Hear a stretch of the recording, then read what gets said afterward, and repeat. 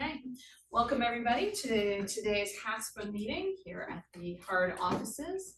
We're celebrating lots of stuff this week, and so we have some nice seeds and mints. If anybody would like some, those in person, sorry for those who are virtual, but glad to have you here. And always great to see everybody. So we've called this meeting to order, and Zoom's all working. All right, just checking through our thing. So next up is roll call. Yes, we'll do a roll call. Chair Lewandrodi, today's representative is Sarah Lamnon. Sarah Lamnon, sitting in for our chair. Thank you. Eric Henshey. Here. Dennis Waspy. Here. And Francisco Zerman. Aki. And now I will announce the staff that are present both in the room and on the Zoom. I'm Devin Leaf, Principal Planner with East Bay Regional Park District, Managing Agency for HASPA. Joined by my colleagues, Amanda Sanders and Eddie Willis. And then from HARD, we'll just go around the room. We've got Brian Lasco. From the City of Hayward, Taylor Richard, Eric Pearson, and Eric Castillo from Alameda County Dispute Abatement. Thank you all for being here. Let's see if there's anyone from the staff.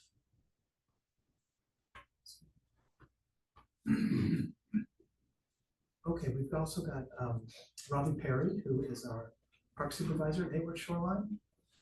And I see Jackie Zipkin from East Bay Discharges Authority, Moses Sang from Alameda County Flood Control, and also joining us from our stakeholder committees are Megan Collins and Bruce King from Friends of San Lorenzo Creek. Okay. So today's meeting is, or I'm sorry, let's have you say, beginning of page 2. Gotcha. So yes, excellent to have everybody here. Thank you. So this meeting is held pursuant to the Brown Act, and folks are attending in person. And of course, people can attend in person or by video conferencing. So thank you for the hybrid opportunity. And we'll have public comments, which may be submitted in 2 different ways. Yes, there are 2 ways to submit comments. And the first is to send an email to my colleague, Amanda Sanders, by noon on the day of the hearing, today's meeting rather. And she is at asanders@epparks.org, or live via Zoom. If you are on Zoom today and want to make a comment, you are welcome to do that during the agenda. Just use the raise hand feature and we will call it. I've received no public comments by email, but we do have one person with their hand raised right now, Bruce King. If you'd like to give your public comment on an item not on the agenda. I might have to allow you to do that. Yeah. Sorry. There we go. Hi, Bruce. Hi, this is Bruce King with Friends of San Lorenzo Creek. I just wanted to say a few words about the flood control benefit assessment. If you remember, last May and June, property owners throughout the western unincorporated counties, Castro Valley, Cherryland, Ashland, San Lorenzo, Hayward Acres, etc., along with parts of San Leandro and Hayward, the property owners voted whether or not they wanted to increase their flood control benefit fees to pay for about $275 million in flood control capital improvements. We've got Moses here today. Maybe he'll say something about this. But that benefit assessment fee increase didn't get passed by the voters. It wasn't even close. You know, I thank our flood control people, Moses and Sybil and others, for all the work they did. And it must be frustrating that it didn't pass, but the flood control risk is still there. Okay, I'm not the flood control expert here. I've only read their engineering reports, and you know, the risk of atmospheric rivers is going up, and we've already seen the flood control channels at their peak a couple years ago. Any more water, according to flood control districts, might come over the top. Things could fail. We're getting old infrastructure. We've got homes throughout Cherryland and San Lorenzo, for example. They're all in flood control zones. We've got sections of Castro Valley that are in flood plain areas. And if these flood control channels fail, which they have, like the Estudillo Canal in San Leandro, houses are going to get flooded. And so I guess what I'm saying here is all of us need to question, why did this fail? What are we going to do about it?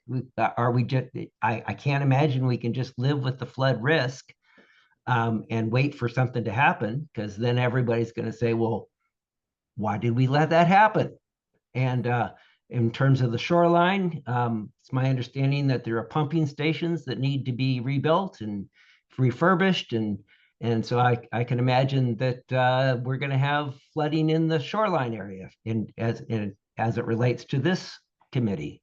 So I don't know if Moses wants to say something about this today, but I don't think we should just let this lay. And at some point, we should probably be asking flood control, well, what's the next step?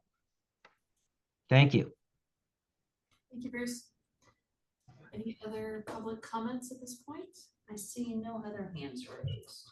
Okay, thank you very much. So we will move on to the approval of the minutes. Thank you. We do need to ask if there are any public comments on the minutes. Thank you. Doesn't look like anyone online, no one in the room. Okay, second. Okay, thank you. I have a motion and a second to approve as written, and no comments, so we'll go to the vote. Yes, trustee Henchy, Yes. trustee Waspy, Yes. trustee Zermanio, Second. and Chair Lemon. See, Okay. Measure passes. Thank you. thank you, no problem. City of Hayward update. Hello, there are no new entitlements to report out on in the HASPA planning area. I have one update on the Stack Data Center. They have applied for their demolition and building permits to move forward with their project. Any questions or comments? When do we get the check?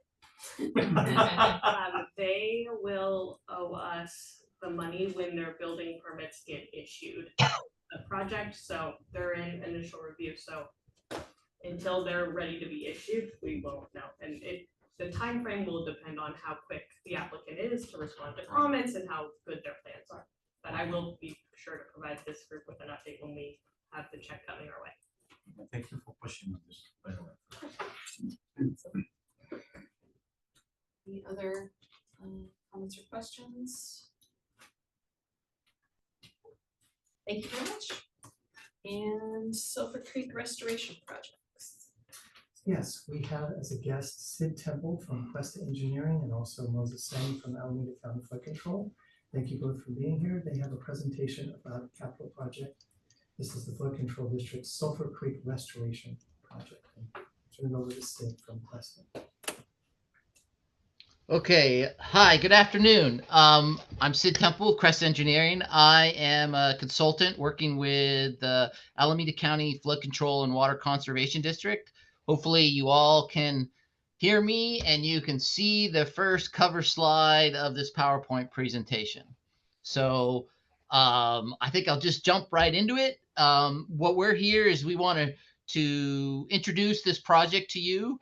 And we want to tell you what it's about, and we are looking for your support of this project as we apply for some grant fundings to enhance this project. Okay, let's see. All right, so I think what I'm going to do today is I'm going to talk about the existing conditions and what is occurring out there. I'm going to introduce our project as we've got it designed at this point in control at this point. I'm also going to go through what wildlife protection controls or mitigations that we're going to do. And we're going to talk a little bit about ways we may be able to improve the area restoration. I'm also going to go through a little bit about the SFA Authority grant funding and how we fit into that. And then I'll finish the talk with just some basic next steps of what we're going to be doing. So as you guys all probably are aware, Alameda County Flood Control District is the kind of general district that manages all the drainage and flood control, creeks and levees, pump stations and dams that are in this western portion of Alameda County. And so they are the ones that are responsible for maintaining Sulphur Creek. Now, Sulphur Creek is a small creek. Generally, it has an 80% urbanized watershed, and it drains through storm drain systems and then comes into this open channel down and meets the bay. And on one side of this section where there's tidal action and in the bay is the East Bay Regional Parks or Aloma Marsh, which is this green blob here. To the south is the old city dump. And then there's two vacant bayside parcels, which people call Frank's West and Frank's East tracks.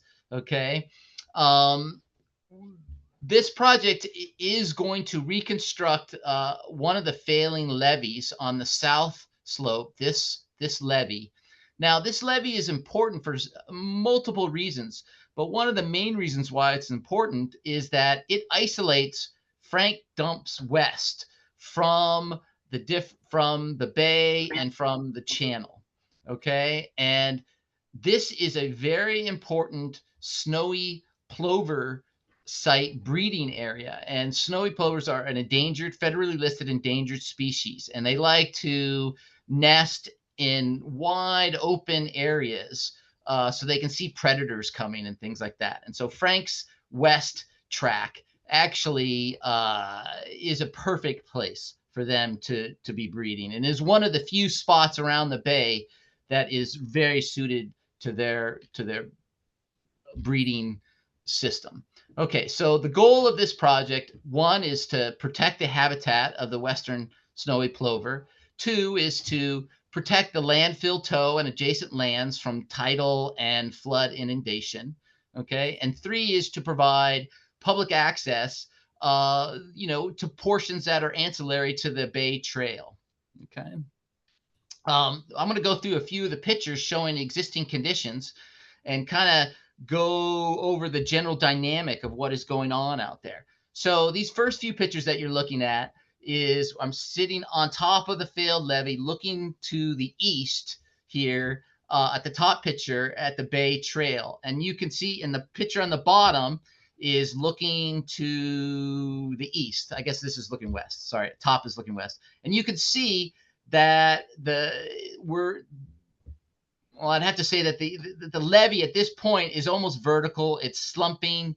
It's been slowly failing over the last 10 to 15 years. And one of the mechanisms of why it's failing is that, as you can see, there's ponded water in the Frank's West track. And that ponded water stays there pretty much all winter, for the rains. And it saturates this levee. And then given tidal and wave action and flow action, it slowly slumps and has slowly been eroding the levee away. And so what we want to do is we want to get in and we want to reinforce that levee and maintain it so that it doesn't fail and it doesn't flood the Frank's West track. Okay, and you can see for over 2,800 feet, almost over half a mile, this levee is failing at different aspects where it's slumping into the actual creek. So these are some of the photos that are looking towards it now. Right now, the width of the top of the levee is at minimum, at the narrowest, is almost like 4 feet. So it's pretty close to failing at this point. It should be designed to have a 15-foot width for emergency vehicles and other access. But now I would say that most of it is under 10 feet and some of it is less than 5 feet wide.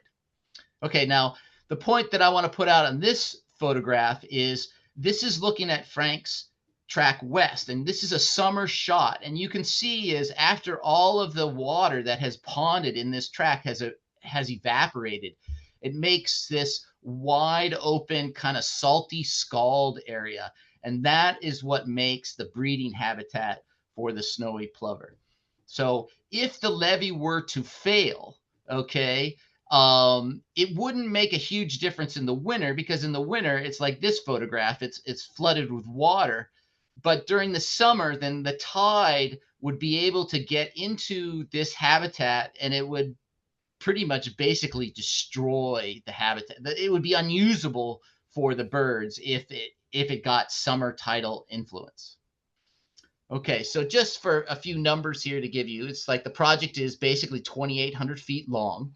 Okay, it's going to reconstruct a 12 to 14-foot wide gravel road on the top of the levee, like is shown here. The elevation of the top of that levee will be rebuilt to its existing condition, which is in 11 to 12 feet. Varies, kind of slowly varies in that. What we are going to do is we are going to kind of reconstruct this section a little bit. And what we're going to do is we will be cutting back the slope on the creek side and creating a more gentle slope, not a vertical bank. We will provide a bench in here where we will plant cordgrass or emergent wetlands vegetation. The upper slope will be, typical transitional wetland vegetation that we find on the edge of the bay. And then at the toe of the slope along the creek, we are going to buttress the slope with rock so that it won't slump anymore. Now, in order to improve the habitat value of this rock buttress that we'll be putting in here, we will be locating 17, I think it is, woody debris structures that will be distributed along the toe. And this will help provide some better aquatic habitat, in the redesign. Now, on the south side of the levee, since we have Frank's West Marsh here on the south side of the levee, we're limited on how far we can make the slope down from the road down into the marsh, or we start impacting the area of endangered species habitat. So in this initial concept that we had with the flood control is that we're making a fairly short little 2-to-1 proposed slope and rebuilding that slope so it'll be stable. Now, what we'd like to do is that we'd like to apply for this grant funding, and we'd like to extend that slope as far as possible, thereby increasing the amount of habitat that we create and hopefully increasing the stability, the overall long-term stability of the levee.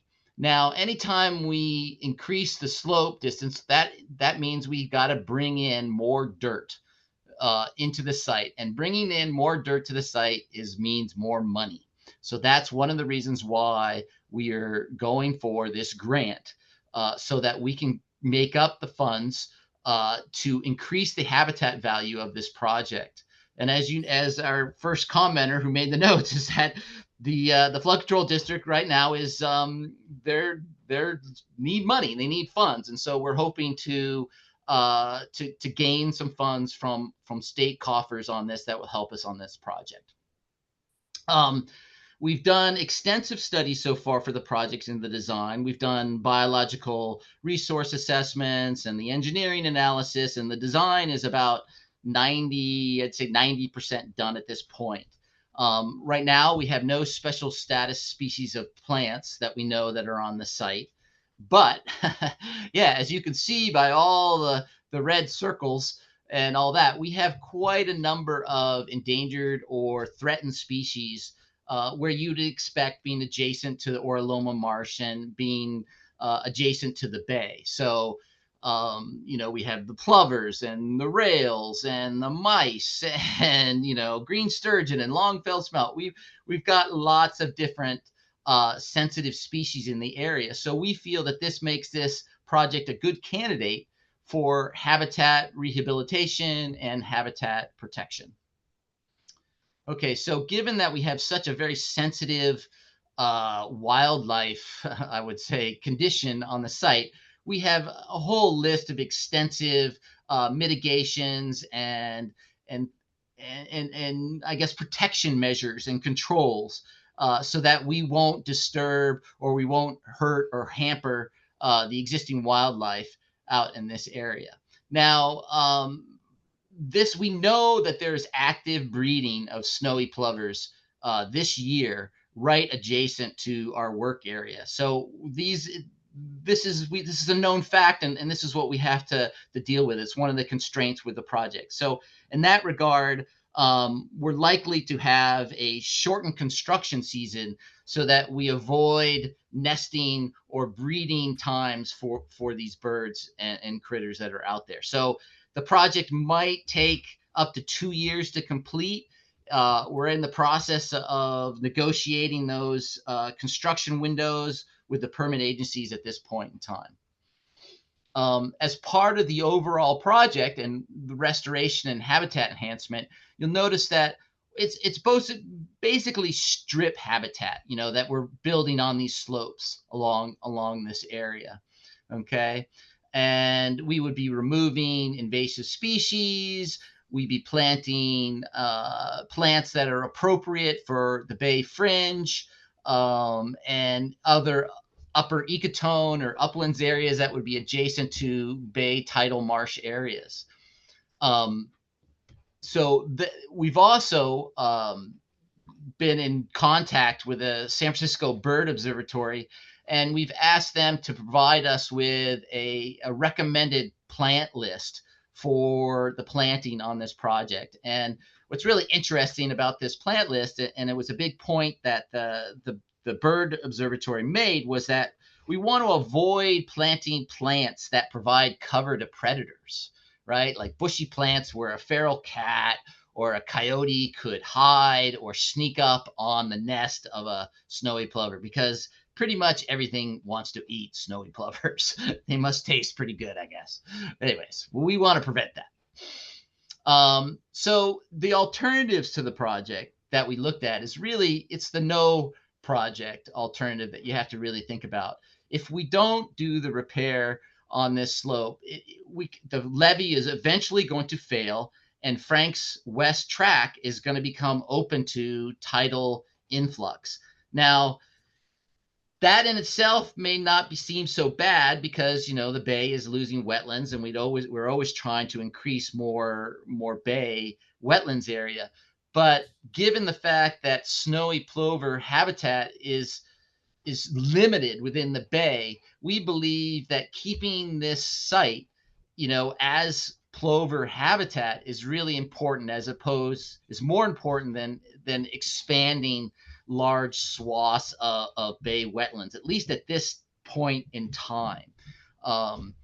So the other option things that it would eliminate potential emergency and maintenance access because the trail would be gone. So you wouldn't be able to get from some of the industrial streets to the east to the SF Bay Trail. You'd have to come down the SF Bay Trail for a mile or so before you could get to the Sulphur Creek confluence.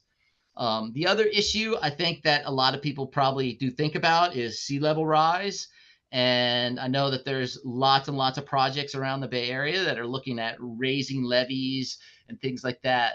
Unfortunately, we don't have the money or a lot of space right now to raise the levees, because if we raise the levee height, then our side slopes also have to get longer, and that would then in turn impact the endangered species habitat. So the constraints we have is we've got the bay on one side, and then we got endangered species on the other side. And so we're trying to get the maximum amount of habitat we can given those two constraints on either side of us. Okay, it's a little bit different than, say, the Eden Landing project, where they're making very large flat sloping levees that extend, 60, 70 feet out. We don't have the luxury of being able to do that here on this site. The permits that we're currently working on right now are, we have a CEQA determination. We've applied for permits from the California Department of Fish and Wildlife, the Regional Water Quality Control Board, the U.S. Army Corps of Engineers, and the BCDC. So we have a lot of ongoing permit discussions at this point in the project. Again, now what I'm going to do is I'm going to kind of go into how this project may fit this grant proposal, this grant opportunity, and hopefully you guys can give us a letter, be supportive of this project, and kind of join us in pushing this project for funding. All right. So this project meets the three pillars, or I guess, I don't know why they call it pillars, but the three main aspects for the funding. One, it aims to restore or protect natural habitats along the shoreline. Two, it provides flood management that is also incorporating habitat projects. Three, it also includes public access to an emergency vehicle access to this part of the Bay Trail, as well as it is in an economically disadvantaged community. And so it really does meet all these different criteria for funding underneath this, the Bay Restoration Authority Measure AA funding. In terms of public access, there has been, as you guys probably are aware, the Hayward Area Shoreline Plan. It was included in that. In that plan, though, they had discussed generally about doing wetlands restoration in Frank's Track. I don't know if that's so appropriate now, given the snowy plover nesting and its occupation, the endangered species occupation. But those are bigger issues that could be, I don't know, dealt with later on. But I think for now, I think that the priority is to protect that habitat where it stands. Okay. In terms of project cost categories, the county has paid for the design and permitting. And what we're doing is we're looking for the funding to finish off final permitting of the projects in case we change the design and make those slopes a little flatter. We want to contract with the bird observatory group and have them contract grow and provide the seed plant materials. We need some extra money to pay for that extra import of dirt for the wider levee. And we are also looking for money for the construction support, especially biological monitoring and potentially cultural monitoring in that area, that very sensitive area. And we are also expecting, as part of the final permits, that we're going to have a fairly long post-construction monitoring and reporting requirement, likely around 10 years. We don't know for sure yet, but lately, projects that I've been working on, they've been asking for 10 years of monitoring of projects.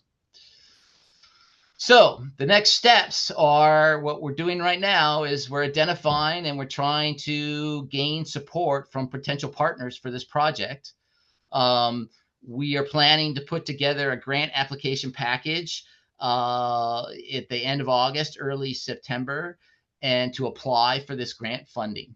At the same time that we're applying for this grant funding, we're going to be moving down through the permit timelines, pressing BCDC, Corps, and Fish and Wildlife to issue our permits so that we can move this to construction by 2026, and hopefully to complete it by 2028. I'd like to see it get completed in one season, but I think at this point we should probably plan that it may take us 2 seasons to build this. And then after we build it, we'll then the county will be likely, the flood control district will be licensed for post-construction monitoring, which will include plant survival, maybe there'll probably be some monitoring on habitat usage by the different types of endangered species. You will be monitoring any potential erosion that might occur in the initial years, things like that. So I, for one, think that this project has a lot of merit to it, and I'm very worried that if we do not move forward quickly and repair this levee, that we're going to lose some very significant endangered species habitat that is pretty rare around the bay. So I'll be more than willing to take your questions. Remember, I'm the engineer. I'm not the permit authority, so I'll try to answer your questions if they're more on that type of vein and not an engineering vein. So thank you. Thank you very much. So I'll turn first to questions, and I realize this is listed as an information item, but are you also asking for action on the letter? No, that's an information item later in the agenda. Okay, I saw we do have one member of the public, so before we go to the all right, why board, don't we go to Jackie first? Jackie, you actually want to come up? Hi, good afternoon. This is Jackie Zipkin. Excuse me, I'm the general manager of the East Bay Dischargers Authority, and I'm managing a project that I'm not sure if you are familiar with, Sid, called the First Mile Horizontal Levee Project. It's something we had talked to the Flood Control District a few years ago about. It's a collaboration between my agency and East Bay Parks and HASPA.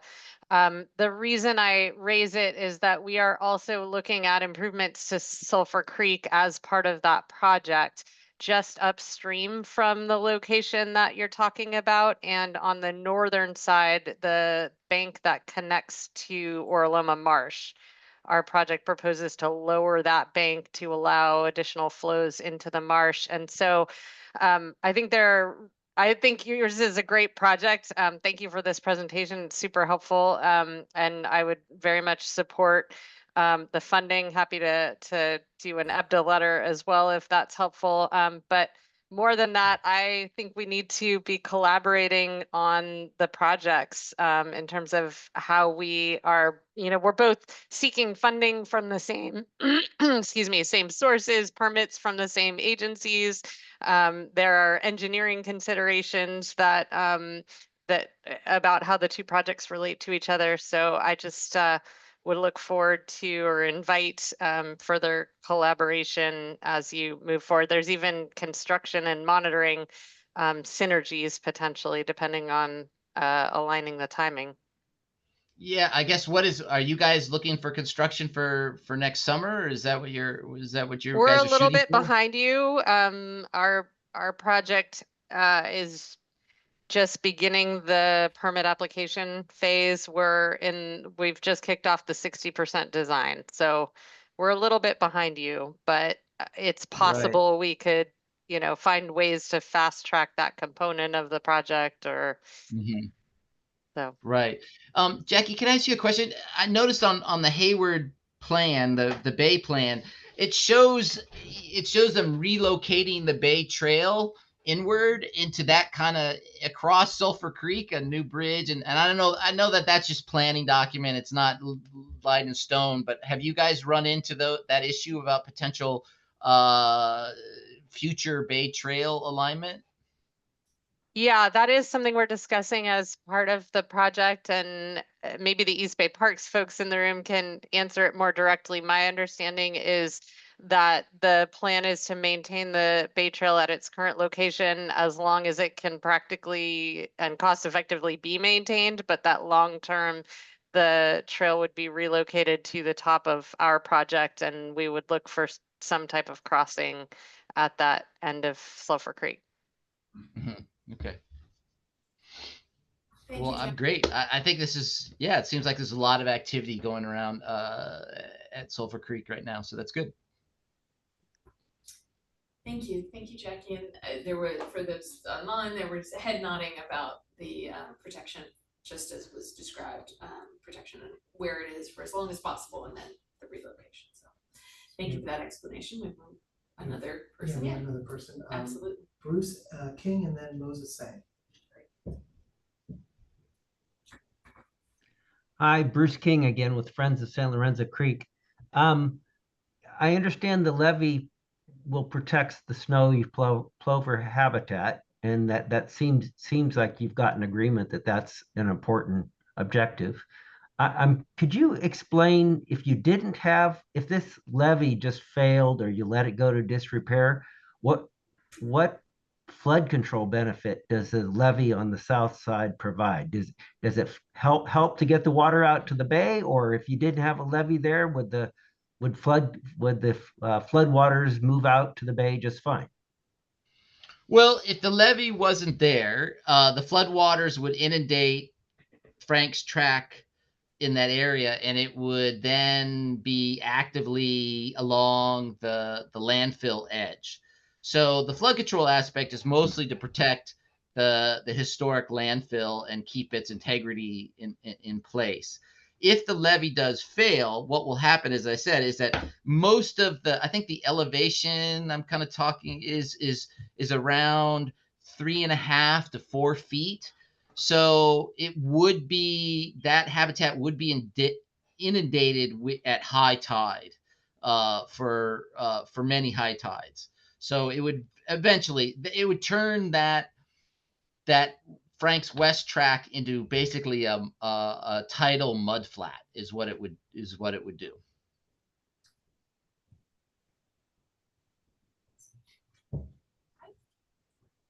Thank you for that information. Hope that answers your question. Yeah. Okay, and Moses Sang.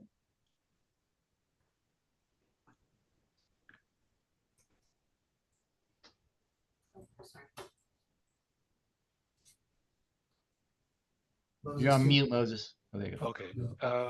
Are we good? Okay. Yes. Yeah. Oh, thank you.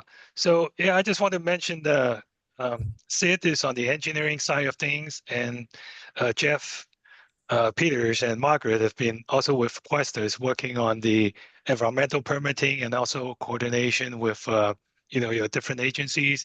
And I do want to mention that I did receive the letter of support, from HARD, from East Bay Park District, and HASPA. Thank you for that. And we also received a letter of support from San Francisco Bay Bird Observatory. So, hopefully we'll have a chance, to compete for the funding and hopefully be able to help, get the construction implemented sooner than later. And, this is another way, I guess, to somewhat address Bruce's question earlier is we are, seeking grant funding from different sources for different types of projects as best we can, try to leverage the limited district funds we have, moving forward. The benefit assessment process, trying to raise revenue nowadays, I think all the agencies kind of know is very challenging. But, we just have to kind of continue to, look for grant funding opportunity on different aspects. And again, have to take care of critical projects first, emergency projects, and moving forward from that. Thank you. Thank you. Any other comments before I go to the board?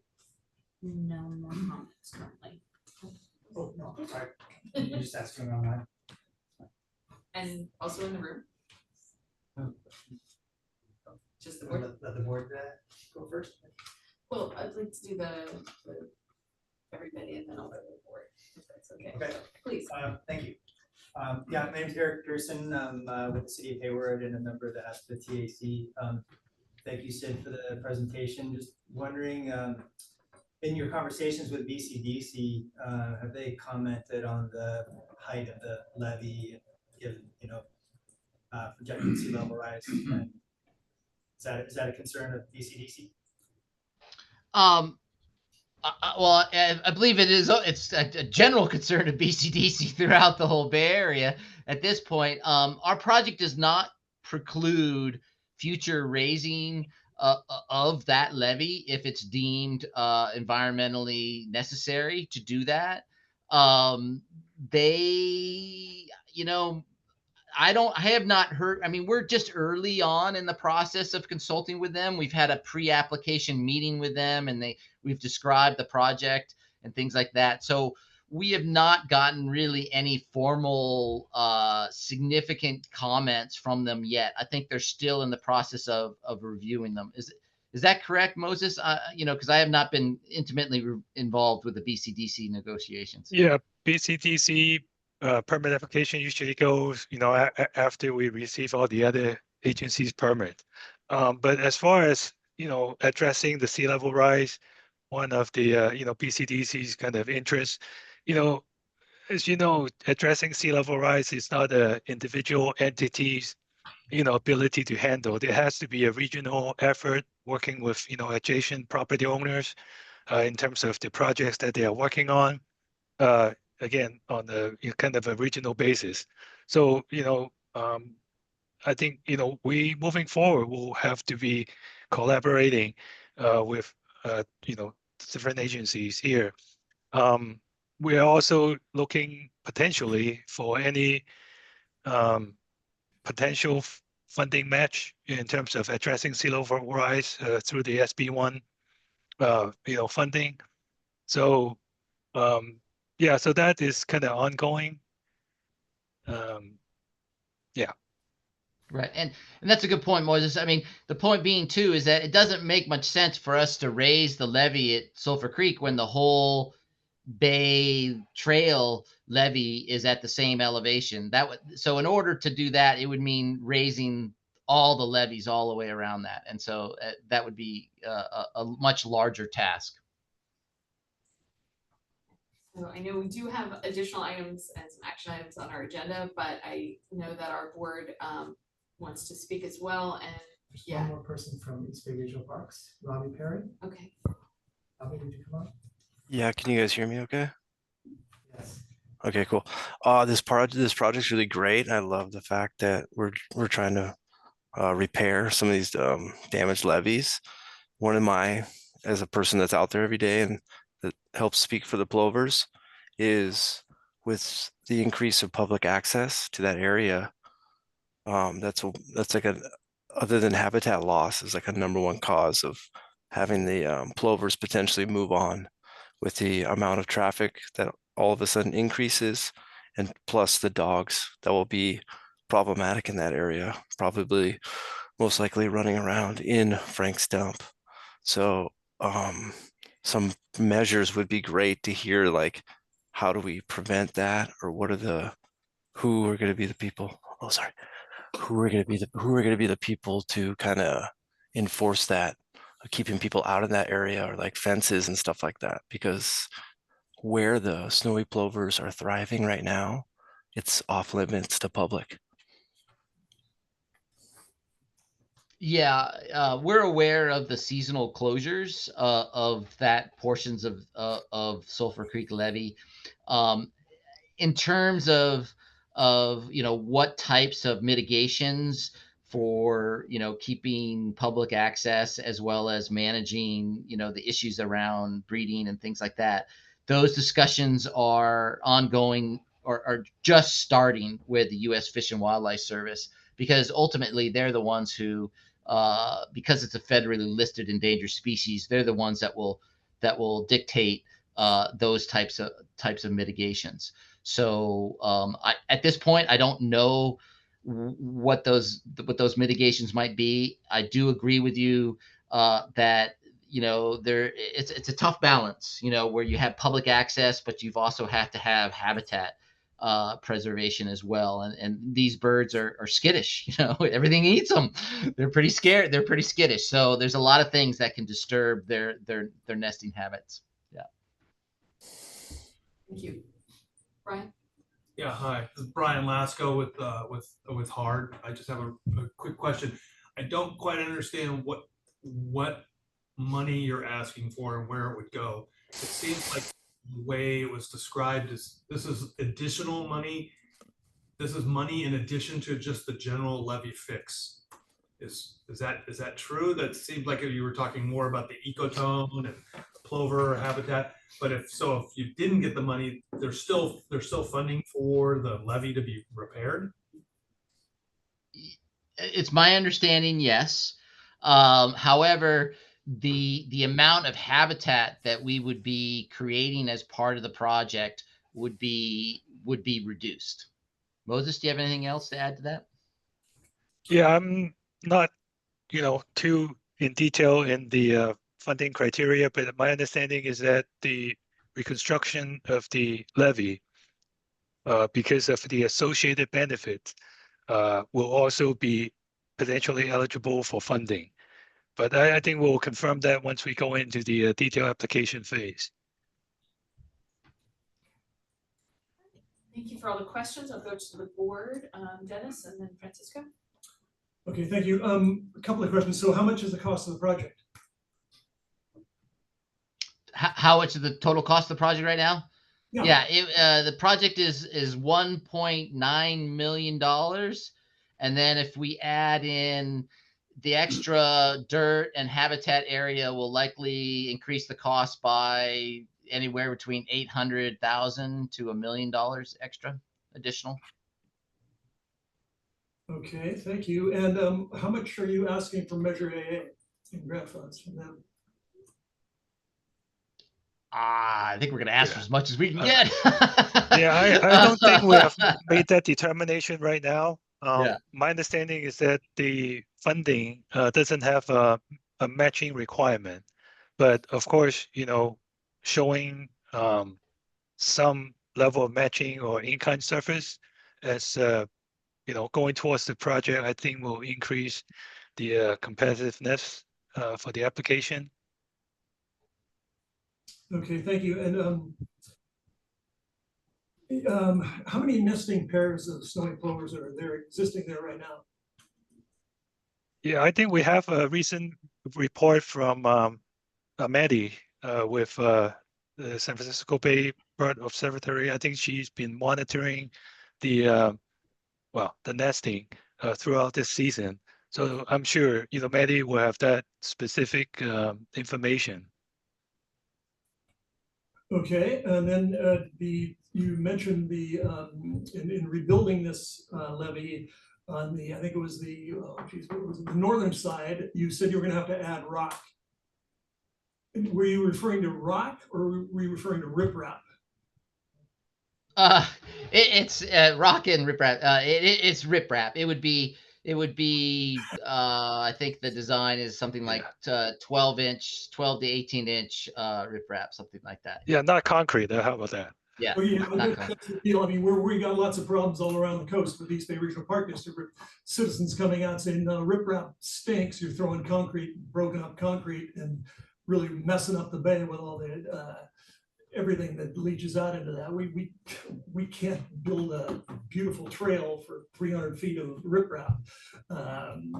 So there is a difference. Is it going to be riprap concrete? No. So it will be plain. Well, in essence, natural rock. In essence, and the rock is necessary to stabilize the toe, as Sid mentioned earlier. It's a necessity to minimize. To stabilize and minimize further erosion after reconstruction. And I think, Sid, I think your sketch may show even the rock riprap that at the toe, I think is probably even covered by some soil with then vegetation planted over it. So it's not necessarily all exposed, right, Sid? Yeah, it's not necessarily exposed. You can see here, it's like, so all this riprap toe will be backfilled with dirt. And then the cordgrass and tidal marsh and tidal plants will be planted on that bench, on that sloping bench right there. Hopefully you can see that on your screen. Yeah. All right, thank you. And then Robbie, I don't want to disagree with you. I love snowy plovers, but so if you're going to restore a road, it looks like a pretty nice 12-foot wide road. I was going to ask, is there going to be public access to that? And it sounds like if there's plovers there, you'll have to limit that. And, you know, the question was asked by Bruce before, why can't you pass a bond measure or a parcel tax to subsidize their, you know, help out the flood control? A great component to that kind of stuff is public access. You build a trail or a road, which is in fact a trail, and it provides access. I think you had a slide that showed access to the Bay Trail.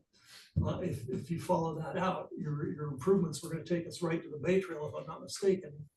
So is there a plan for public access, or will this be just restricted and nobody get in there and the snowy plovers? Yeah, I think currently there, well, before the, you know, severe erosion of the levee, I believe there is a trail. I think it's, I have to say, I think it's licensed to East Bay Regional Park District. If not, I think it's hard. I think it's the Park District. So the trail was there before the erosion, just because it narrow up so much, it become unsafe, you know, for public access at this point. So the trail function is always there prior to the severe erosion. Okay, And so we it's- restore it back to a trail. Yes. For public Yeah. access. Okay, great. And then just finally, and this is a loaded question, but I'm wondering, is this one of our, and I can't remember because the master plan was so extensive and so good for that we had done by SCARE or SCAPE. Is this one of the projects that's included? Yes, the project is in the Hayward Shoreline Master Plan, not specifically the restoration of the Sulphur Creek levee, but the Franks West renovation. So this project specifically, this emergency repair, is not in the plan, but a larger restoration of Franks West that would involve this is. So this will be something that our SCAPE consultants take back as part of our next phase of the plan, which is our implementation, which is one of our agenda items coming up. Excellent. Well, thank you. That's good to know because, you know, and Measure AA is great. It's, if I'm not mistaken, correct me if I'm wrong, 25 million a year for 20 years, and we're about 5 years into it, right? Mm. So it's great. And as I understand, and I could be wrong because it's totally editorializing, they go back and forth.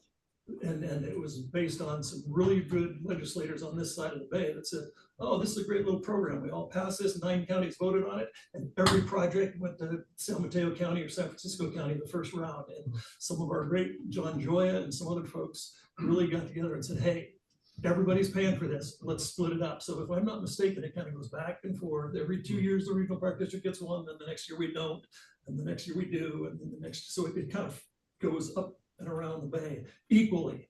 So I you know, in the future, we need to think about projects. We should, it's my opinion that we should focus on stuff that's in our master plan. But I appreciate your project. I look forward to seeing it.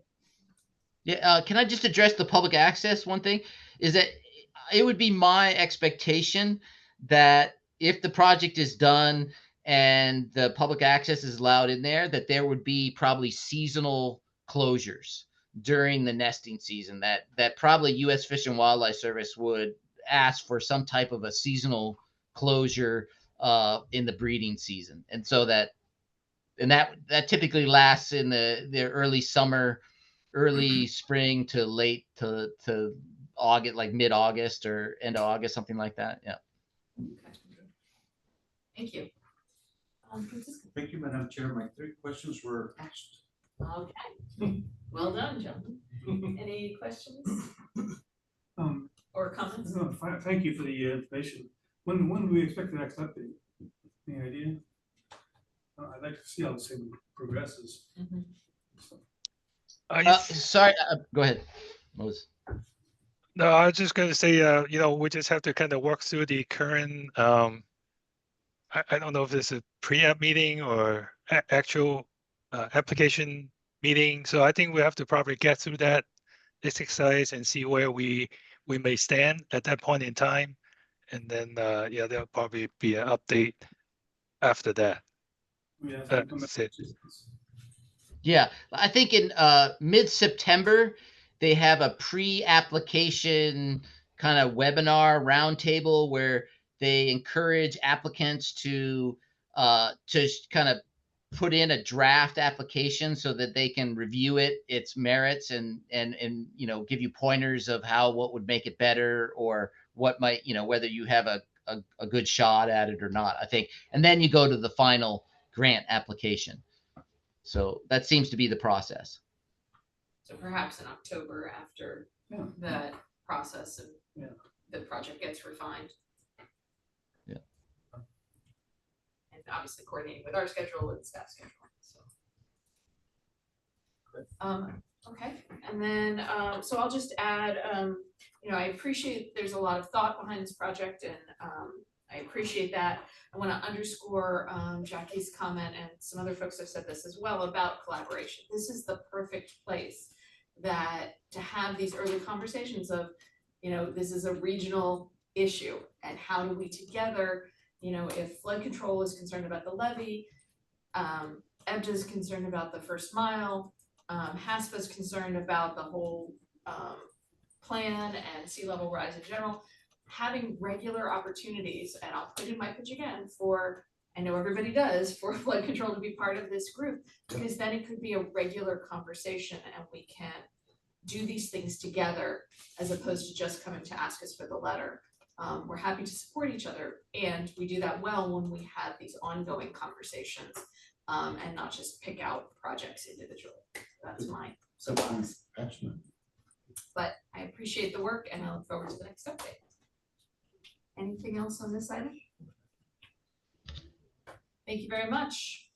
We'll move along to the professional services agreement. Okay, I have a few slides here. Hold on just a moment.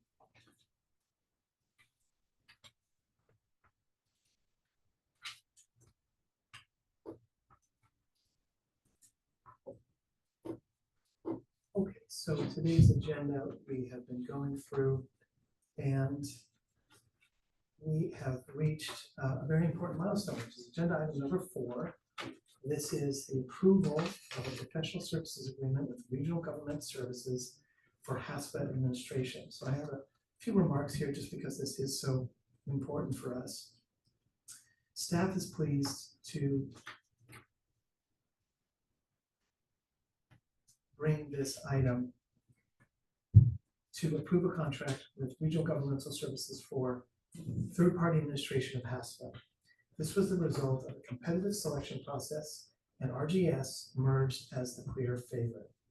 Thanks to the HASPA TAC and our stakeholders for participating in the selection committee and the process. And I'd like to give Adrienne Harris, who is the RGS Strategic Services Consultant, time to introduce herself. And Adrienne, welcome to HASPA. Hello, thank you for inviting me to speak to the board today. I hope you can hear me okay. I appreciate the opportunity to be able to attend via Zoom.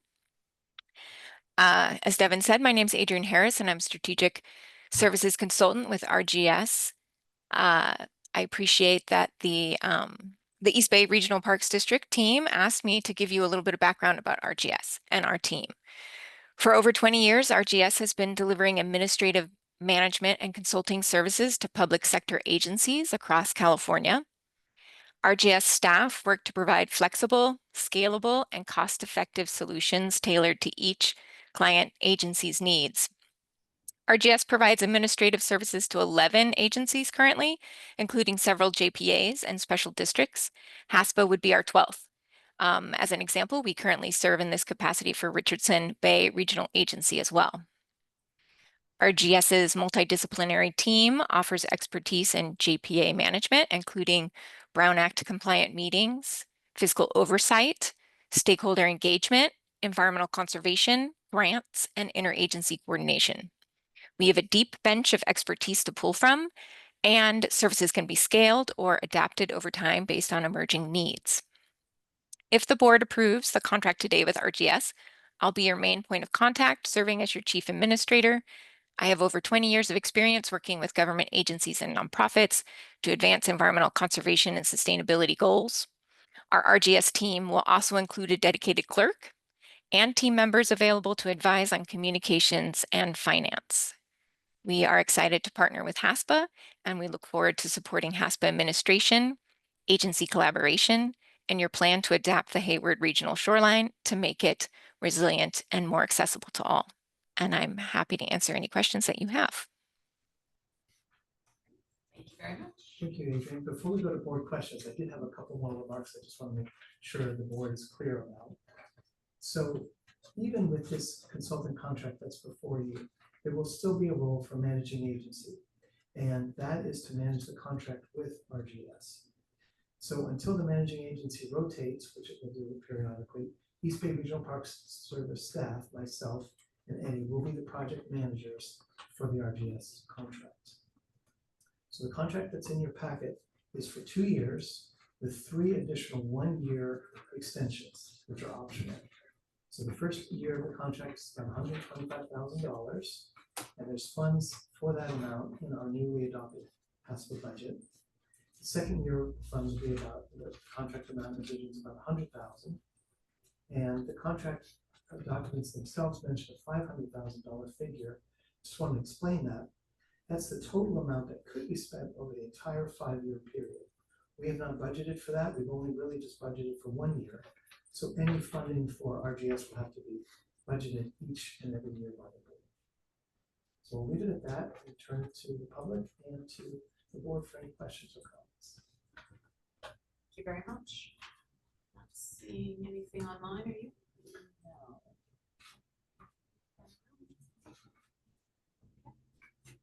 Board.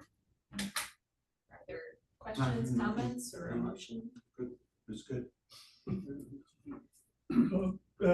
Welcome, Adrian. I look forward to our relationship, and then I think this is going to take a yoke off of a lot of agencies that you'll be able to perform, you know, what we've been needing for a very long time.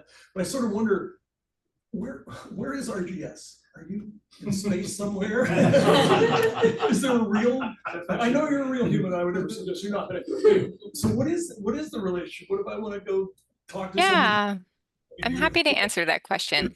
So RGS is actually fully remote. We have staff all over the state of California. And depending on the needs of the organization, that staff can be that we are supporting, that staff can be there locally or remote. So I'm remote today, hello, on Zoom, but my plan is to be there in person with you for your quarterly meetings going forward. Oh, okay, that's really was my next question. You will be here physically for our meetings. Yes, that is my plan. We'll have better cookies. Hey. I mean, no, these are excellent. So that she didn't work. I'm not sure. But thank you, that sounds great, and I look forward to this relationship. Yeah, Adrian, do you want to mention your experience previous to RGS with the Morro Bay partnership? Sure, yeah. So my background is in environmental conservation, in particular coastal zone management and marine protected areas. And I have worked for NOAA and the Ocean Service, as well as I was the executive director of the Morro Bay National Estuary Program, which is one of the estuary programs around the country. San Francisco is also in that network. That is a partnership with the Environmental Protection Agency and funded through that. Great. So yeah, we're just so fortunate to have Adrian on the RGS team. And I just wanted you all to know that. So yeah, were there any other questions or comments about the contract or what we're asking you to approve today? Very self-explanatory. Yeah. Okay. I call for a motion. I would move approval. Thank you. Francisco. Move to the vote. Okay. Trustee Henshey, Yes. Trustee Waspy, Yes. Trustee Zermanio. Yes. And Chair Ladman. Yes. Okay. Congratulations and thank you. Welcome. Yeah, thank you. And I look forward to seeing you in person in October. Yes, October will be the first meeting that RGS runs on behalf of HASPA. Thank you, Adrian. Okay, we have another exciting milestone, and I wanted to share that with you.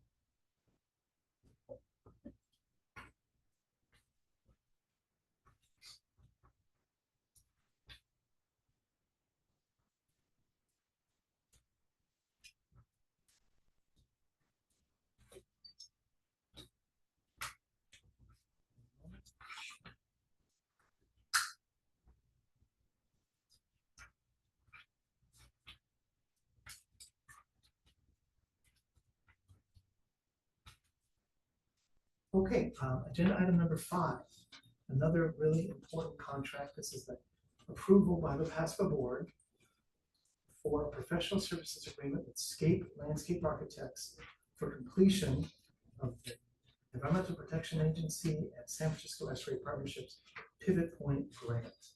So I have a few items, a few things I want to mention before I introduce Hogan Elberg from Scape.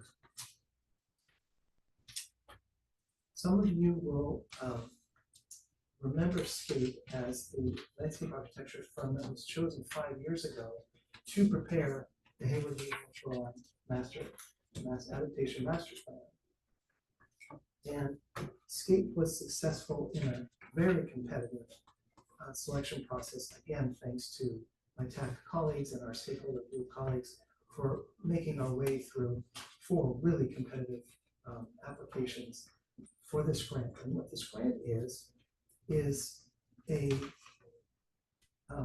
contract funded entirely from the Environmental Protection Agency, specifically through our partners at the San Francisco Estuary Partnership.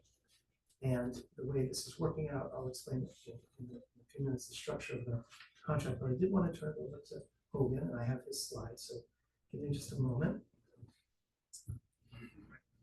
We will Hogan a chance to introduce himself.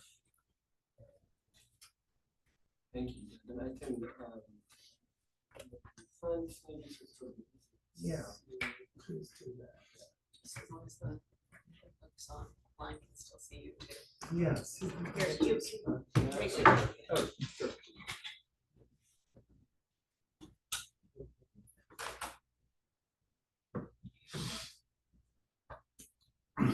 Actually, can you just turn on your, I'll turn on your camera. Or if you can turn on your camera. Yeah, no problem. Perfect, thank you. Wonderful. Well, thanks all for having us today. We're really honored to be back with this group and really excited to be here today to talk a little bit about our team makeup, our approach to this project, and a little bit of a summary of our approach to the work as part of this contract. Devin, would you mind control?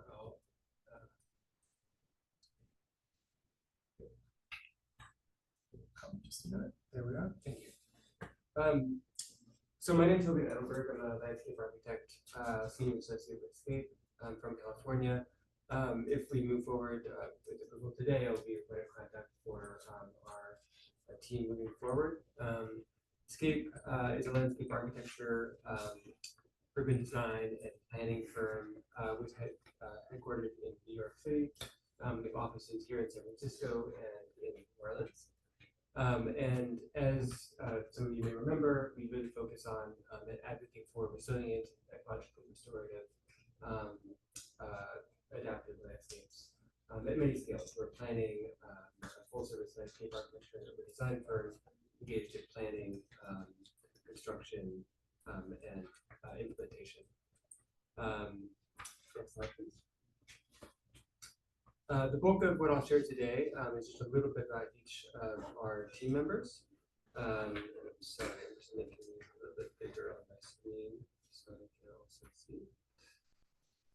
So starting with Escape, what I'll share in the next few slides are a little bit of our backgrounds and projects and the projects that we have been engaged in recently.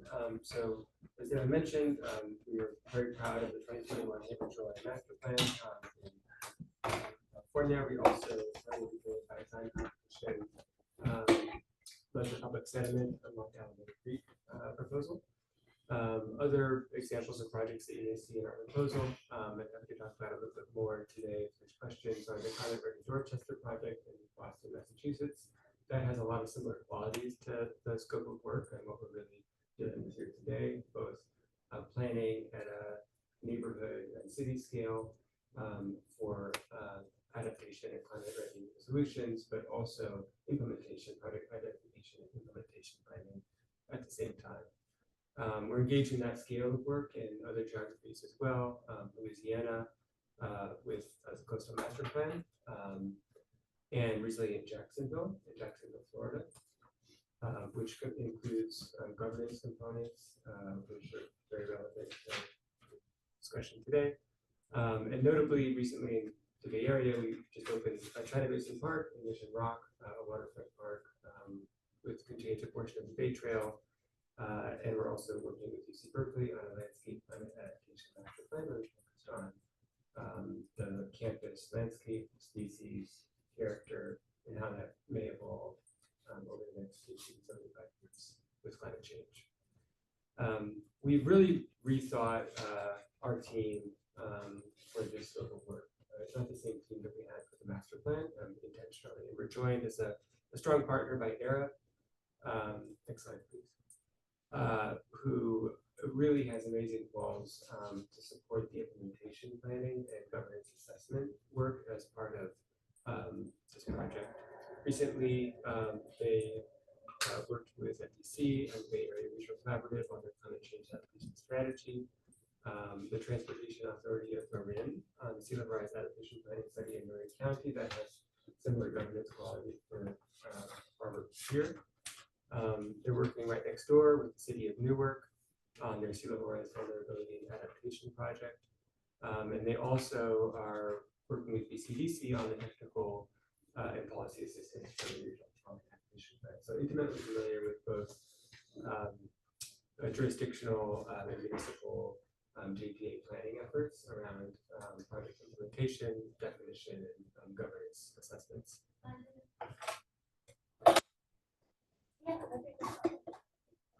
ESA will be leading our wetland mitigation strategies as part of our team. I'm very familiar with them through their work on the first mile horizontal levee and their preliminary design, as well as the Oraloma horizontal levee demonstration project. Really deep roots in the Bay Area and excellent expertise. They've also completed the nature-based solutions feasibility assessment for the city of Hayward in the past for the pollution control facility, and are engaged in the design and construction of horizontal levees in other parts of the bay, including in North Richmond with West County wastewater, and with other JPAs, the San Francisco Creek Middle Reach Flood Management. Next slide, please. Claire Bonham-Carter, which I've abbreviated here to CBC, is an independent consultant and a strategic advisor for our project team. Has a wealth of experience in the Bay Area, particularly around governance and implementation planning. Worked with the Port of Oakland, California State Parks, MTC and BCDC, as well as Santa Cruz, all around this scale of work. Next slide, please. And we're joined as well by SFEI, who almost needs no introduction, Bay Area, the San Francisco Estuary Institute, as our technical advisors, and also to support strategic community engagement planning in coordination with other grantees. They have developed the Valence Ecosystem Habitat Goals, which is a huge inventory of potential activities and strategies in the Bay Area and a data source that we plan to use. That builds on their San Francisco Bay Shoreline inventory and just a short snapshot of their work in the Bay, including the Adaptation Atlas and some of the Bayland strategy, as well as advisors to State Route 37 resilience adaptation project. So that's a small snapshot of our team. Next slide, please. And a little bit about myself. So my name is Edward, as I said. I'm from the Bay Area. I grew up in the East Bay. And I spent about 8 years here. And I recently came back a few years ago. The time I wasn't here, I was in the East Coast. I have over 10 years of project management experience, particularly focused around climate adaptation projects, multidisciplinary projects, both at the planning and implementation scale. And overall, over 15 years of experience in this world. Some of the projects that you may be familiar with locally are the Ocean Master Plan, with a former firm with the San Francisco Public Policy and Urban Research Foundation in San Francisco. experience with the Resilient by Design Challenge here in the Bay Area, but also the Rebuild by Design Challenge on the East Coast, implementation and detailed design and construction of a number of those projects in the New York Harbor, Treasure Island, Waterfront, Clipper Cove, and the Martin list here. And we're based in San Francisco. Next slide, please.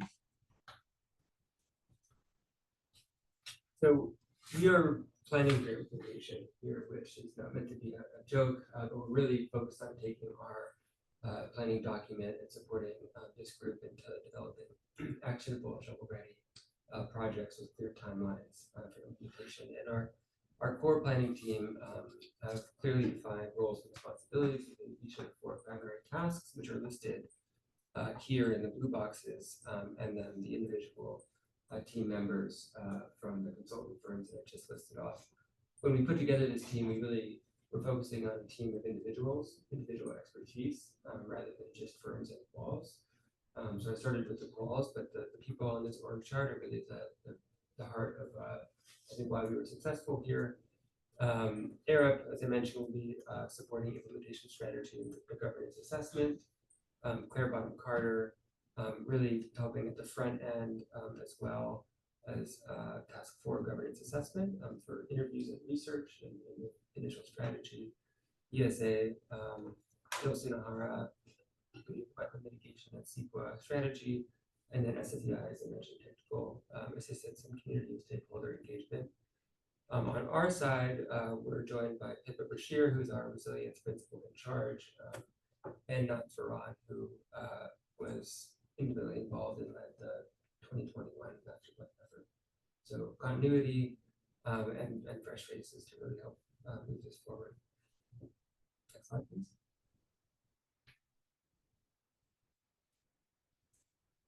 Thank you. So we understand the first priority of this project is to develop the strategic implementation plan based on the projects identified in the 2021 Hayward Shoreline Master Plan.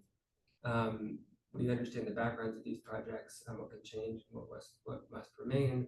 But of course, conditions have changed since that plan was done. And a big part of our focus will be developing and understanding here in this room, as well as with our stakeholders and partners, on project definition early in the project, early in this process, so that we can move forward clearly with our strategy and assessment for governance required to implement those projects. Next slide, please. We focused on a comprehensive vision for the future of the Hayward Shoreline in 2021. And the document lays out a roadmap for the development of an implementation strategy. The image I showed on the last slide was the initial definition of those projects. But now we're embarking on a new process, and it's going to be a complex process to navigate as we interact with the various stakeholders, the changing conditions on the ground, and the other pivot point grantees as part of the larger EPA grant, who are pushing forward projects that are part of this master plan. So we're working on an implementation plan now. Some of those projects are already being. And what does that workflow look like? We can go to the next slide, Devin. We really see this at a very high level as an iterative relationship between the top 2 goals of this contract, the implementation planning and the governance strategy. The right governance structure depends on an understanding of what it is you're governing.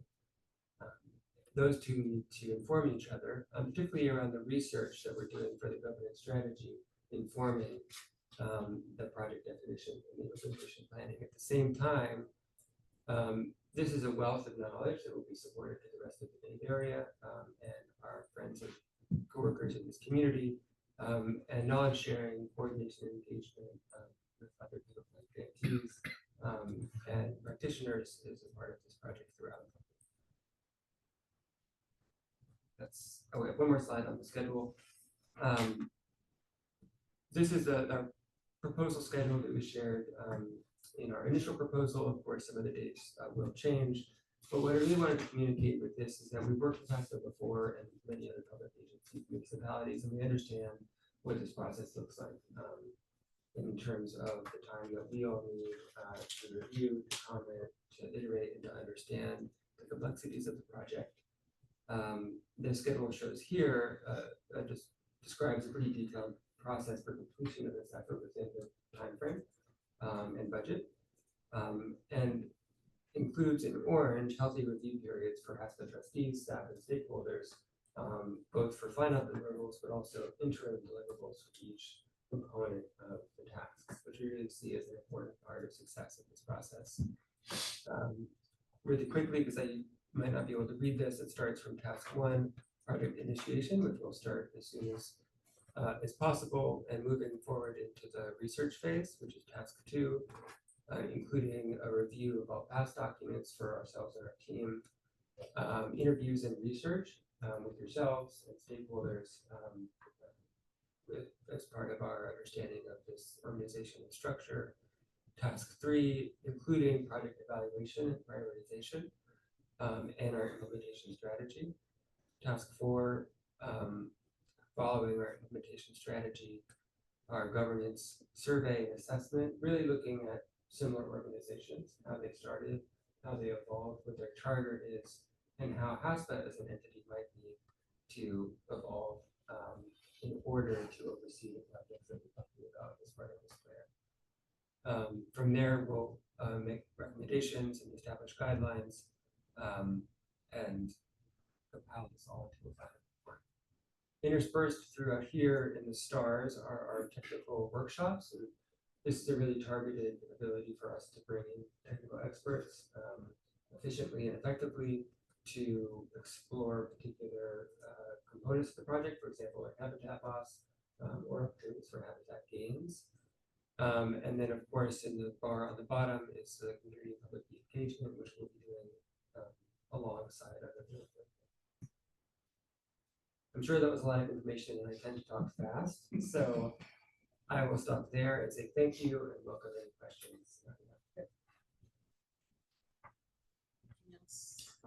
Thank you, Hogan. There were a few more items I did want to mention before we turn to the public and to the board. So the contract amount is $495,000. As Hogan's schedule showed, it's actually a contract period of about 2.5 years, which is not a lot of time for all the different work that needs to happen. And we want to start as soon as we can. And I do want to make clear that the contract is funded entirely from the United States Environmental Protection Agency and from them to ABAG, which is our partners of the San Francisco Estuary Partnership. And we, the East Bay Regional Park District, is a sub-awardee on this grant as in our role as the managing agency for HASPA. So sort of a tricky, structure, but because we'll continue to be the managing agency, we will also continue, the Park District will continue to be project manager for Hogan and his team. So with that, he also mentioned community engagement. There is a really active community engagement component to this that San Francisco Estuary Partnership is leading. There's, as Jackie mentioned, there's the First Mile project, City of Hayward has a project, Park District has a project. There's a lot of different activity, and now we've learned about the flood controls project. So there's 4 capital projects happening in this 2.5 mile area, and a lot of community engagement needs around that. So that's all to look forward to in the future. So with that, was there anyone online who wanted to speak about this or ask questions?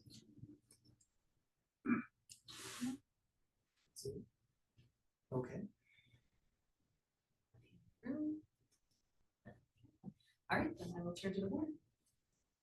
Good presentation. When do you start? Tomorrow? I might pass that to Devin, but it's All right, let's do this. Thank you. Yeah, sure. I'm quite pleased that Scape got this. I recall, were you around when we did the master plan? 100%. Okay, well, we looked at this groups of people, and I remember Scape came in and said, "Yeah, we're from New York City," and I went, "That's not work." You guys blew everybody away. It was amazing. The team they brought in, and as you see the team they line up, they're great. I just remember the product you delivered, that beautiful master plan. I wish I had a copy of it.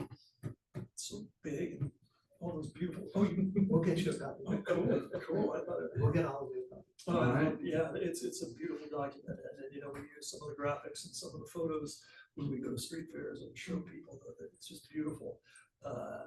Your teams were responsive, just great, and the thing that really blew me away was I did go to that public center, public sediment, Alameda Creek project, and all along Alameda Creek, not all along, but on special parts, on one side of the creek, you moved to one area and people would be talking about what was going on. It was beautiful the way you guys presented that. So I look forward to great things, and congratulations. Or I anticipate it's going to occur in the next 5 minutes. Thank you. Thank you. All right, yeah, no, I recall the document, and, you know, there's a lot of logic, in addition to your expertise to, okay, here's the document, now how do we make it happen? I'm not 100% clear on the governance part of it. I understand the implementation plan part. Can you just very briefly clarify that a little bit?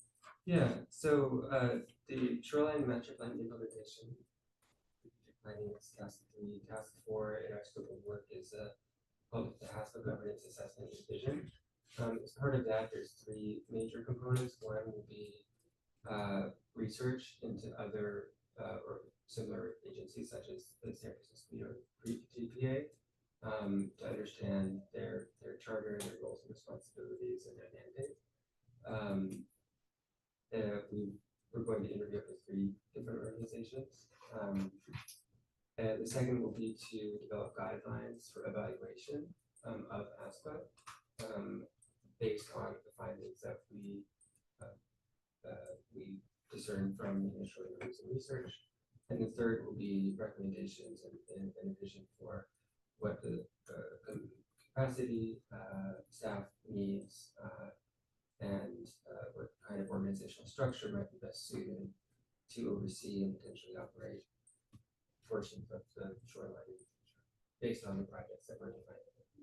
Okay, so because I realize there's just all of this work that was just done on the JPA and so on, and so the idea is that given the implementation projects that may be developed, we may need to revisit what the right structure for HASPA is to get that done. Is that kind of the? Yeah, that's exactly right.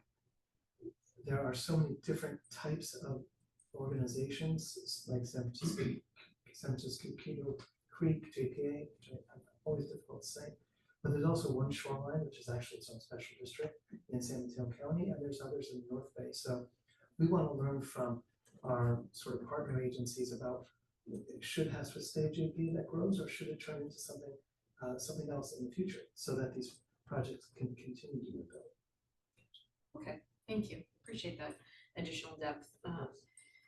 And certainly, you know, as we heard in testimony earlier, public access, you know, and to Director Waspie's comment earlier too, of how do we balance the getting the projects done, getting public access, which benefits us in lots of ways, and also can be have negative impacts on them.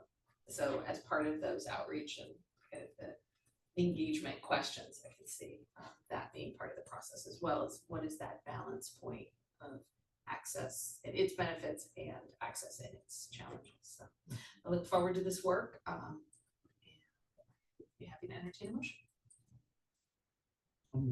Okay, thank you. Second. Okay, thank you. And go to the vote. Okay, Trustee Henchy, Yes. Trustee Waspie, Yes. Trustee Zermenio, Aye. Chair Lemon. Yes. That passes unanimously. Congratulations. Thank you. Welcome. Thank you very much. We clearly look forward to it. Yes. Yeah. All right, moving on to old business. We have a standing item of old business where we talk about recruitment efforts for any additional trustee agencies. I can mention that we are very interested in speaking with the city of San Leandro, and some recent reach out communication has happened potentially with Union City. So we are starting conversations at the staff level. At some point, one of the things that we'll be working with Adrian from RGS on is a engagement strategy for yourselves at the board to be going to your colleagues at various elected officials and making sure that you have the right talking points and you have a sense of how you can just inform the public about HASPA and encourage people to participate in what we're doing. So that'll be something to do. And no motion there needed. The next one is an update on the community engagement activities we've done. And I did just want to mention after our last meeting, my colleague Eddie was able to staff the Hayward Street Party, so thanks to Francisco for giving up his space. And Eddie, did you want to say anything about talking to the folks? It was a fun event as usual. It was on, I believe, June 12th or whenever our last HASPA board meeting was. Many thanks to Erica, you helped set up, as I recall. No, I offered. You offered to. Okay. So you gave me some moral support there. And then Taylor helped staff the booth with me for most of it. And we shared a booth with the Hayward City Planning Department. So it was great to meet some of our colleagues that I've only met, I think, virtually before or through emails. And we had about maybe 60 or 70 people stop by. There were lots of people kind of cruising and sort of looking, but we probably had about 60 or 70 people actually stop by and interact with the booth. We had some giveaway items, and people were really interested in what we're doing to protect the shoreline and balance the resource protection with some of the public access. And I did my best to sort of summarize the master plan in like a 10-second talking point. And go ahead. Give me a minute. So great event overall. August? Street party in August? I don't think we've got the capacity, but next year, next June, we'll be there. Okay, so that's just an informational item, old business. If you want to go to item number 7. Absolutely, but any business? Okay, so here we do have a letter from HASPA supporting the Alameda County Flood Control District and their Sulphur Creek Restoration Project. Because of their timelines, I needed to draft a letter and send it to them before I could take it to you for approval. In the future, my preference is to take letters like this to the board, but it is attached to the packet. And if anyone had any discussion or questions about it, we were able to send it to them a couple weeks ago. Seeing anything, so. Okay. Nice letter. Good, and then, so updates on trustee agency capital projects. This is just a chance, if anyone has, from the HASPA trustee agencies, want to mention progress on anything that the public should know about. Since we're in Art's home, I'll look to Brian first. Well, as was alluded to at the beginning, this is a very big week for us. It has nothing to do with the shoreline, but it has everything to do with the heart of the district. And we had 2 openings and 1 groundbreaking all in one day 2 days ago in Ashland. So we had the official grand opening of our newest community center, Ashland Roots Center. Immediately next door, it's about 162nd and East 14th. Immediately adjacent is a property that we had acquired just literally circumstantially, and which will in a year will become Ashland Grove Park. It's going to be a through block park that goes from East 14th to Mateo Street, 5-acre park there. So groundbreaking for that, and then everything moved down to the intersections of Mateo or to Maddox and Mission Boulevard, just below the 238 interchange. And there's, if you know the area, you probably knew that there was a big gray building that just sat there abandoned forever, decades. It was an old Coke bottling plant, and there was a sheet metal fabricating. We bought that got the opportunity to buy that property from the developer. We demolished it, and we put in what we're referring to as an interim park, because we don't really know what we're going to do, but it is just one of the most fabulous designs. It is so colorful. You need to go by and see it. It's just asphalt, but it's just got these huge patterns on there, like tracks and things for kids to kind of ride their bikes on, pickleball courts, basketball courts. And we had an amazing just an amazing opening, wasn't it? It was Yep, just, it fantastic. was like over the top how amazing it was. So it's a good week for art. So there's some goodies over there on the table. Please take some on the way out, but I'm sure they have plenty. Yeah, and our bond program is just really it's dropping into gear. We got 3 more projects going to bid in the next couple months. So Including the trail, or the creek trail.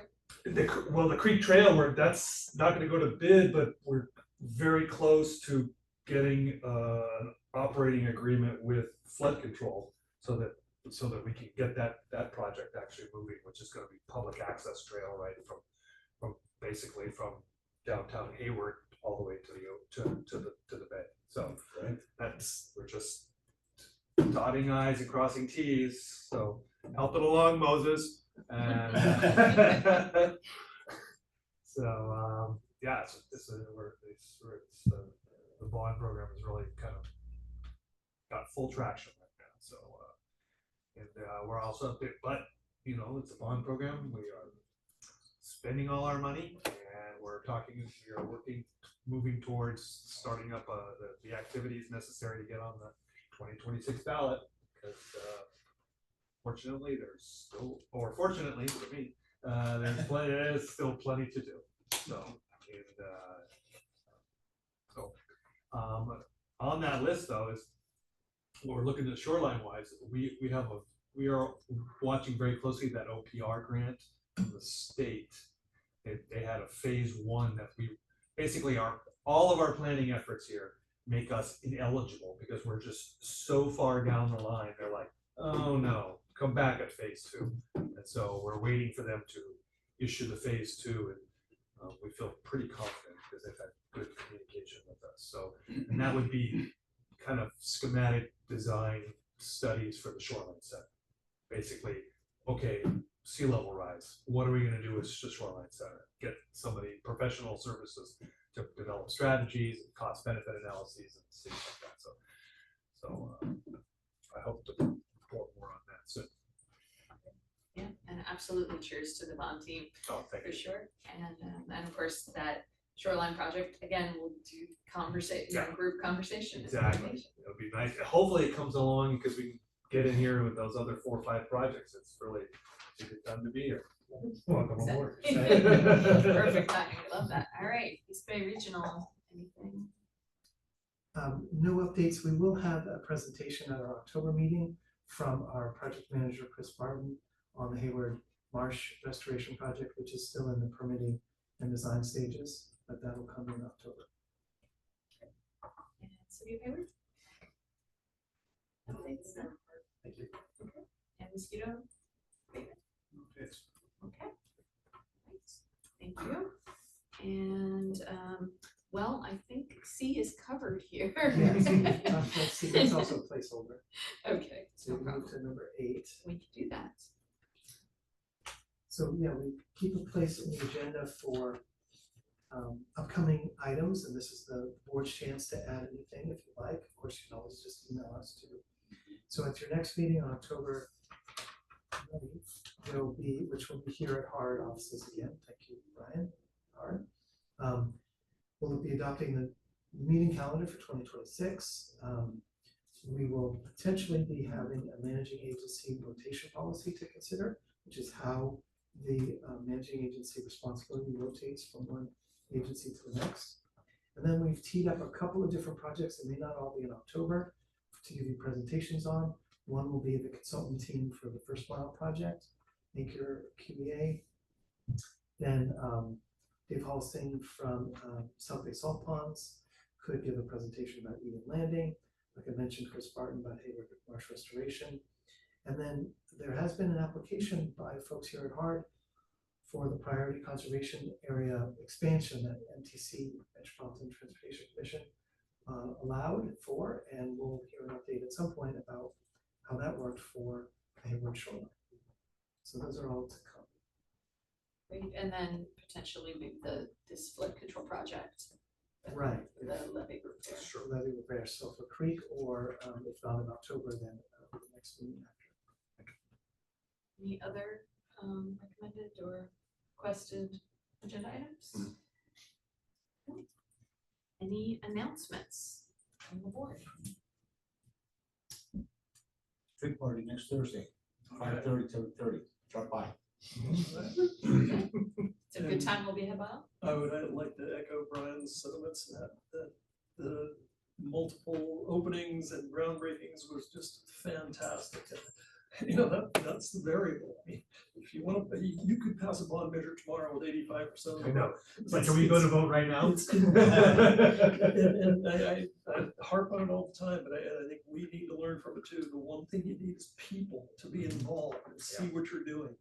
And Hart's got it dialed in. I hope we can take some examples from that. Really piggyback on that, because once you get people involved and they see what you're doing, it's pretty inspirational. Really great. So thanks. And I wasn't here last meeting, and I don't want to gloat, but I'm really glad that we didn't sit there when Stack came in and said, "Oh, we'll give you 25 cents for your good work." And thank you, Francisco, for pounding away at those guys, saying we want more, or we deserve more. Yeah. Specifically, I will give a shout out to senior planner Elizabeth Blanton and planning manager Jeremy Urkerko. In the final hours, had a phone call with them right before they went to hearing. Excellent. Well, I appreciate that, and I think everyone will benefit from that donation that they gave us. I